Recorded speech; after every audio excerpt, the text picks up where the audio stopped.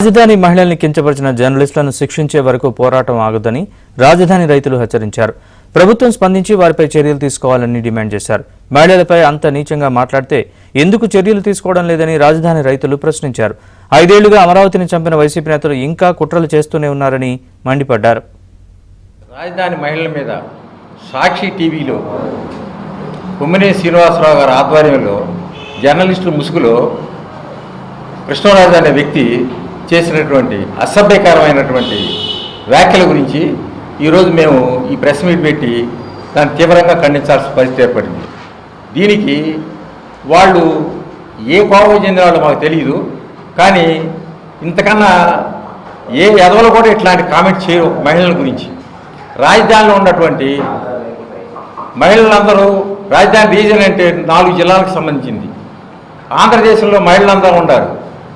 వీళ్ళకి ఏ సబ్జెక్టు లేకుండా వేశ్యల గురించి మాట్లాడటమే ఛానల్ జయమా ఏమిటో మాకు అర్థం కావట్లేదు. ఛానల్ మేనేజ్మెంట్ ఎందుకు ఇంతవరకు యాక్షన్ తీసుకోలేదో మాకు అర్థం కావట్లేదు. మేము దీని మీద మా నిరసన తెలియజేయడం మొదలుపెట్టి నిన్న పొద్దు నుంచి మా నిరసన తెలియజేస్తుంటే ఇంతవరకు ఛానల్ మేనేజ్మెంట్ కానీ వీళ్ళు కానీ ఎవరు కూడా క్షమార్పణ చెప్పడం కానీ, దాని గురించి మాట్లాడటం కానీ, దానికి సరిదిద్దుకుని చర్య చేయడం కానీ సాక్షి టీవీ మేనేజ్మెంట్ కూడా దీనికి బాధ్యులు వాళ్ళు చేయలేదు. ఈ సందర్భంగా మేము స్టేషన్లో కంప్లైంట్లు చేశాము, పోలీస్ స్టేషన్లో వీళ్ళ మీద. వేశ్యల రాజధాని అనేటువంటి మాట కృష్ణరాజు నుంచి వస్తే నేను కూడా ఎక్కడో లైవ్లో చూశాను, పేపర్లో చూశాను అనేటువంటి తప్పుడు మాట మాట్లాడి అతను జర్నలిజానికి ఉన్నటువంటి విలువల్ని కూడా తొంగలో తొక్కినటువంటి వ్యక్తి కొమ్మినేని శ్రీనివాస్ అని తెలియజేసుకుంటూ, మరి ఈ రోజున మహిళా చైర్మన్గా ఎన్నికైనటువంటి డాక్టర్ శైలి గారు, శంకర పద్మశ్రీ గారు, మరి అలాగే వీళ్ళందరూ కూడా దీంట్లో బాధితులే. మాతో పాటు ఆ రోజున మరి ఉద్యమంలో పాల్గొని ఎన్నో త్యాగాలు చేశారు వాళ్ళు. ఆమె ఈ రోజున మహిళా చైర్మన్గా మాకు ఆంధ్రప్రదేశ్కి ఎన్నిక కాబడింది కాబట్టి వారి ఆధ్వర్యంలో దీనికి తగిన న్యాయం చేసి ఈ మహిళల మీద ఉన్నటువంటి ఈ ప్రాంతమే కాదు ఈ రాష్ట్రంలో పడినటువంటి ముద్దని తొలగించేదానికి ఆమె చర్యలు తీసుకొని వాళ్ళ మీద క్రిమినల్ చర్యలు తీసుకోవాలని చెప్పి కోరుకుంటూ మా అందరి తరఫున మేము కోరుకుంటున్నాము. రైతులందరి తరఫున కూడా కొమ్మినేని శ్రీనివాసరావు సమక్షంలో కృష్ణరాజు అనే అతను అమరావతి మహిళల్ని కించపరుస్తూ వ్యభిచారులతో పోలుస్తూ దారుణమైనటువంటి పదజాలంతో మాట్లాడటం అనేది ఈ అమరావతి రైతుల్ని, మహిళల్ని అందరూ కూడా కించపరిచే విధంగా మాట్లాడటం అనేది చాలా బాధాకరమైన విషయం. ఇక్కడ అమరావతిలో రాజధానికి పెట్టండి, మేము భూములు ఇస్తామని మా రైతులు కానీ మా మహిళలు కానీ ఎవరు పోయి రాజధాని పెట్టండి అని మేము అడగల. మేము వెళ్ళి రాజధాని పెట్టండి ఏడా మేము భూములు ఇస్తామని మేము వెళ్ళాల. 5 సంవత్సరాలు అనేక రకాలైనటువంటి ఇబ్బందులు, మహిళల్ని ఎట్టబడితే అట్ట లాగటము, కొడటము, లాఠీ చార్జ్ చేయటము, వ్యాన్లు ఎక్కియటము, 5 సంవత్సరాలు కేసులతో బాధపడి ఎన్నో ఇబ్బందులు పడి పాదయాత్రలు అవమానాలు పడి ఇన్ని అవమానాలను కూడా ఎదుర్కోవాల్సిన అవసరం మాకు ఎందుకు వచ్చిందా? ఈ రాజధాని లేకపోతే మాకేంటి నష్టం ఏంటి? మా వ్యవసాయం మేము చేసుకునేవాళ్ళం, మా అన్నం మేము తినేవాళ్ళం. ఏంటి ఈ బాధలు మాకు?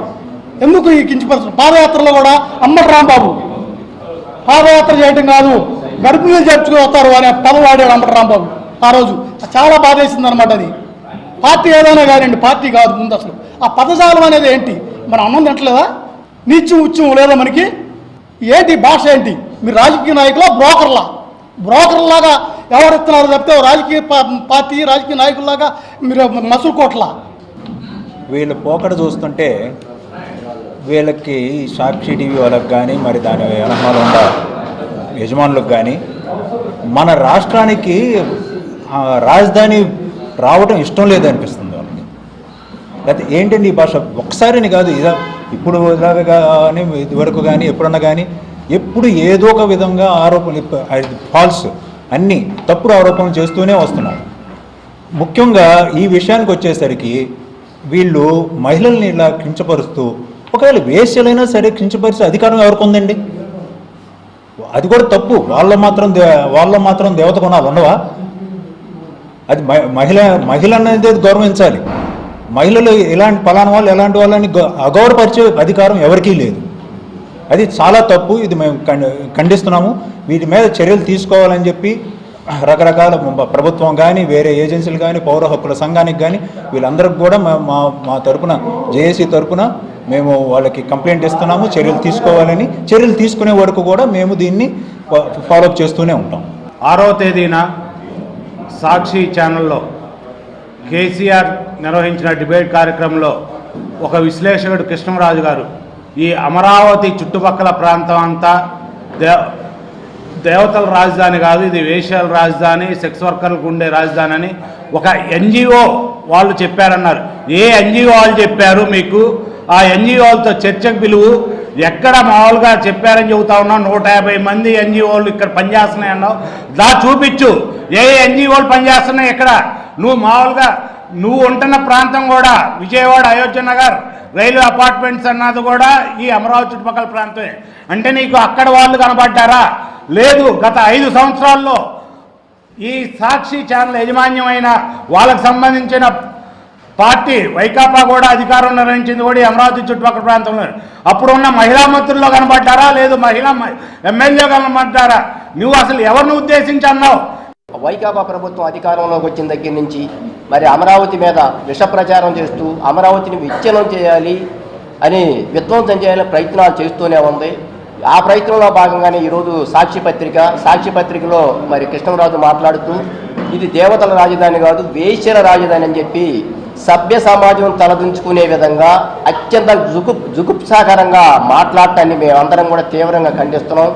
మరి గత వైకాపా ప్రభుత్వంలో 1631 రోజులు ప్రతిరోజు కూడా మానసిక క్షోభ అనుభవించినటువంటి రైతులు, మహిళలు 34,000 ఎకరాలు రాజధాని నిర్మాణానికి ఇవ్వడానికి సహకరించినటువంటి మా మహిళా తల్లుల గురించి ఆ విధంగా మాట్లాడటం అనేది మేమందరం కూడా తీవ్రంగా ఖండిస్తున్నాం.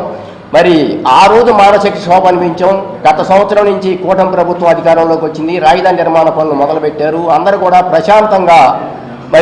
ప్రశాంతంగా ఉన్నటువంటి పరిస్థితిలో మళ్ళీ మానసిక క్షోభకు గురి చేస్తూ ఈ విధంగా వ్యాఖ్యలు చేయటాన్ని మేమందరం కూడా తీవ్రంగా ఖండిస్తూ అమరావతి మీద విషం జమ్మాలని చెప్పి ప్రయత్నం చేస్తున్నారు. దీని వెనక వారిద్దరే కాదు, వైకాపా పార్టీ కూడా ఉంది.